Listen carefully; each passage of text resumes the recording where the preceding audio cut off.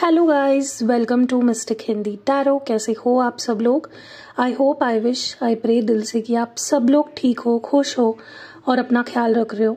सो आज जैसे कि आप देख रहे हो, हम कैंडल एक्स रीडिंग करने वाले हैं और टॉपिक ये है रीडिंग का। आपने टाइटल और थंबनेल से देख ही लिया होगा, लेकिन टाइटल ये है कि नेक्स्ट 48 आवर्स आपके पर्सन क्या फील करेंगे, क्या महसूस करेंगे, उनके एक्शंस क्या हो सकते हैं, एक प्रोबेबिलिटी क्या होगी, वो देखेंगे।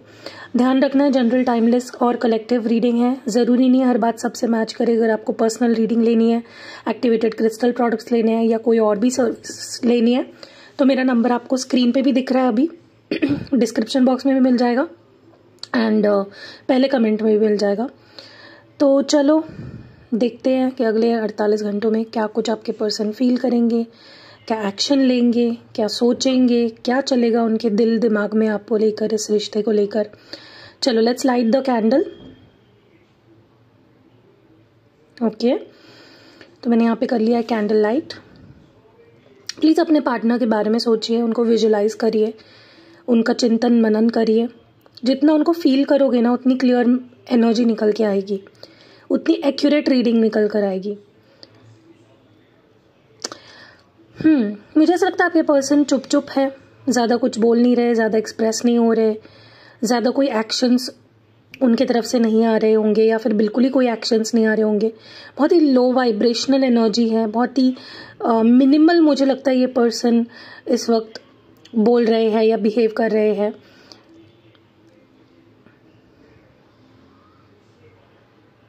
बहुत स्ट्रांगली मुझे ऐसा फील हो रहा है कि आपके पर्सन ये जो न्यू मून था ना, कल जो न्यू मून था, उसका अभी भी मुझे बहुत गहरा असर दिख रहा है आपके पर्सन की फीलिंग्स पे।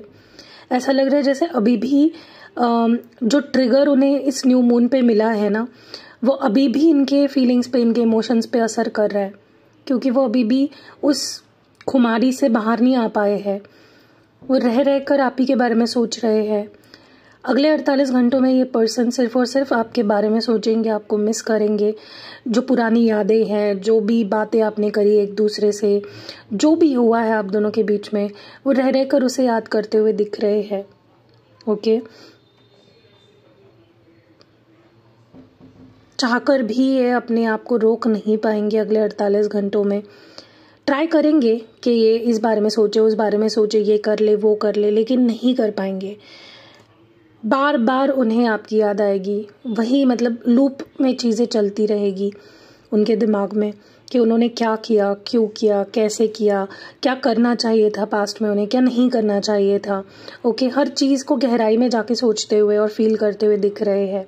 जैसे कोई साइकिल, जैसे कोई पिक्चर चलती है ना, वैसे ये पर्सन कुछ चीज़ों को ओवर एंड ओवर सोचते हुए दिख रहे हैं। और ये बहुत नेचुरली होगा, ऐसा नहीं कि ये अपने आप को परेशान खुद करेंगे, ये अपने आप होने वाला है। क्योंकि वही है ना कि जब आप किसी का दिल दुखाते हो, किसी को परेशान करते हो, किसी को प्यार करके फिर उसे अकेला कर देते हो, तो कर्मा तो मिलना है। और वही कर्मा मुझे आपके पर्सन को मिलता हुआ दिख रहा है, ऑलरेडी मिल चुका है कह सकते हो। ये न्यू मून इनके लिए इतना ईजी नहीं रहा है। बहुत दिक्कतें इनको सहनी पड़ रही है, बहुत कुछ जैसे होता है ना कि बहुत ट्रिगर झेलना पड़ा है इस पर्सन को। So it wasn't easy, this new moon wasn't easy for this person. बहुत ही पीछे लेकर गया है इस पर्सन को ये न्यू मून, मेंटली, इमोशनली। ये पर्सन है ही ऐसे, इनको ये कर्मा मिलना ही चाहिए था। आपको भी लगता है ना, थोड़ा रुलाना ज़रूरी था ताकि आपको रुलाना बंद कर दें।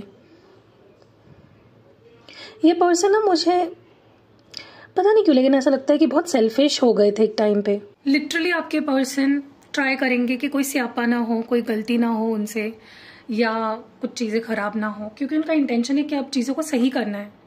ऑलरेडी काफ़ी चीज़ें बिगड़ चुकी है, अब चीज़ों को सही करना है। तो बहुत ही फूक फूक कर अपना कदम रखेंगे। ओके, क्योंकि अभी तक क्या हो रहा था ना कि इनको डर नहीं लग रहा था आपको खोने का। इनको लग रहा था कि ठीक है ना, मेरे पास ही आ जाएगी, कहाँ कुछ होने वाला है। लेकिन अब कहीं ना कहीं मैं इनके अंदर अलग ही लेवल का डर देख रही हूँ कि नहीं यार, अगर मैंने इसको ऐसे ही इग्नोर किया ना तो रिश्ता खत्म हो जाएगा। अगर मैंने इसके साथ ऐसा ही मैंने कंटिन्यू किया, एवरीथिंग विल बी ओवर। और वो नहीं चाहते कि चीज़ें आप दोनों के बीच में ख़त्म हो जाए हमेशा के लिए। वो चाहते हैं कि रिश्ता आगे बढ़े, वो चाहते हैं कि चीज़ें आगे बढ़े। ठीक है। So definitely I can say that कि आप उनके अंदर ड्रास्टिक चेंजेस देखोगे, उनके एक्शंस में, उनके डिसीजंस में, वो जो बोल रहे हैं, जो कर रहे हैं, जो सोच रहे हैं, हर चीज में आप डिफरेंस देखोगे। ओके, क्योंकि इस पर्सन ने ना छल कपट सब कुछ आपके साथ करके देख लिया है। जितना ये बुरा कर सकते थे या जितना आपको डोमिनेट कर सकते थे, आपको कंट्रोल कर सकते थे, आपके साथ जितना भला बुरा जो भी कर सकते थे, इन्होंने ऑलरेडी कर दिया है। कुछ रहा नहीं है और इनको पता चल चुका है कि ऐसा करने से सिर्फ और सिर्फ चीजें खराब हो रही है और एक टाइम ऐसा आएगा जहां पे रिश्ता खत्म ही हो जाएगा पूरी तरह से। ऐसा ही अगर चलता रहा तो, मैं उसको इग्नोर करता रहा या मैं उसको डोमिनेट करता रहा, मैं उसका दिमाग खाता रहा, तो एक दिन रिश्ता इट विल बी फिनिश। ठीक है, तो अब आपके पर्सन, मैं ये नहीं बोल रही हूँ कि एकदम से एक रात में बदल जाएंगे, it will take time, but उसका जो आगाज है वो हो चुका है, शुरुआत हो चुकी है चीजों की सुधरने की। ओके, ऐसा लग रहा है जैसे डर बैठ गया उनके अंदर आपको खो देने का। उनको डर लग रहा है कि लिटरली अगर वो एक कदम गलत उठाएंगे चीजें खत्म हो जाएगी, चीजें इट विल एंड। ओके, मुझे लगता है कि इनके ऊपर ना फिलहाल एक प्रेशर है। या तो इनको ऐसा लग रहा है कि आपसे शादी करनी है, अब फैमिली को कैसे मनाए, रिश्ते को आगे कैसे बढ़ाए, क्या पॉसिबल है कि आपसे शादी करे, क्या पॉसिबल है कि जैसा प्लानिंग हो रही है या जो एक्सपेक्टेशंस उनकी आपसे है, इस रिश्ते से है, इस रिश्ते के फ्यूचर से है, मतलब सब कुछ कैसे कर पाएंगे वो। अभी तक उन्हें चिल थे, वो चिल मोड में थे कि चलो ठीक है ना, मतलब ढकेल रहे थे, एक एक दिन काट रहे थे, लेकिन अब लिटरली प्रेशर में दिख रहे हैं मुझे। या तो हो सकता है इनके घर वालों ने शादी की बात करी हो इनसे, या तो ऐसा हो सकता है कि आपने इनके ऊपर प्रेशर डाला शादी का, कमिटमेंट का। कुछ तो है जिनके ऊपर बहुत प्रेशर बन गया है कि अब भाई हाई टाइम है चीजों को सही करने का, अब इग्नोर नहीं किया जा सकता। ओके, क्योंकि एक गलत कदम, एक गलत एक्शन, एक गलत रिएक्शन और सब कुछ खत्म हो जाएगा, बना बनाया घर टूट जाएगा, बिखर जाएगा। ठीक है, तो डर होना बहुत जरूरी है। किसी को खोने का डर जब आपके अंदर पैदा हो जाता है ना, तो वहीं से रिश्ता अलग मोड़ ले लेता है। ओके, लेकिन वो डर भी एक थोड़ा सा पॉजिटिव होना चाहिए। ऐसा नहीं कि भाई सामने वाला आपको डरा रहा और आप डर ही रहे हो। ओके, क्योंकि अब तक इग्नोरेंस था, अब तक आप पे अटेंशन नहीं दिया जा रहा था, आपकी बातों को सीरियसली नहीं लिया जा रहा था, आपको सुन के अनसुना किया जा रहा था, देखकर अनदेखा किया जा रहा था। लेकिन वो बोलते हैं ना, पाप का घड़ा जब भर जाता है ना तो वो बहने लगता है। ओके, एक लेवल होता है, एक लिमिट होती है आपकी, वो लिमिट ऑलरेडी इस पर्सन ने खत्म कर दी है काफी टाइम पहले ही। ओके, अब उनको आपकी बातों को सुनना पड़ेगा, अब उन्हें आपको इम्पोर्टेंस देनी पड़ेगी। और ये झटका था, ये न्यू मून इस पर्सन के लिए एक झटका था और अगले 48 घंटों में भी वो झटका इनको फील होने वाला है। वो होता है ना कि भूकंप का झटका तो लग जाता है लेकिन उसके कुछ घंटों तक या कुछ दिनों तक चीजों को समेटने में टाइम लग जाता है। वैसा ही कुछ मुझे यहाँ पे दिख रहा है। भूचाल आ रहा है, भूकंप आ चुका है और भूकंप के जाने के बाद भी अब भी चीजें सुधरी नहीं है, संवरी नहीं है। इस पर्सन को जो धक्का लगा है ना, वो बोलते हैं ना, जब ऊपर वाले की लाठी चलती है ना तो सारी चीजें उलट पुलट हो जाती है। ओके, अस्तित्व बदल जाते हैं चीजों के। अब तक आपके हाथ में कुछ नहीं था, अब आप ही के हाथ में सब कुछ होगा। ये पर्सन आपको घुमा रहे थे, डोमिनेट कर रहे थे, कंट्रोल कर रहे थे, परेशान कर रहे थे, इग्नोर कर रहे थे। अब पासा पलट चुका है, अब सारा जो कंट्रोल है वो आपके हाथ में आ चुका है। अभी आपको डोमिनेट भी नहीं करेंगे। सो अब चीजें आपके हाथ में है, आपके हक में है। यूनिवर्स ने चीजें अब ऐसी कर दी है ना कि आप जीत रहे हो और आपके पर्सन हार रहे हैं। ओके, अब उनको आपके सामने सरेंडर करना ही पड़ेगा, अब उनको आपकी बात माननी ही पड़ेगी।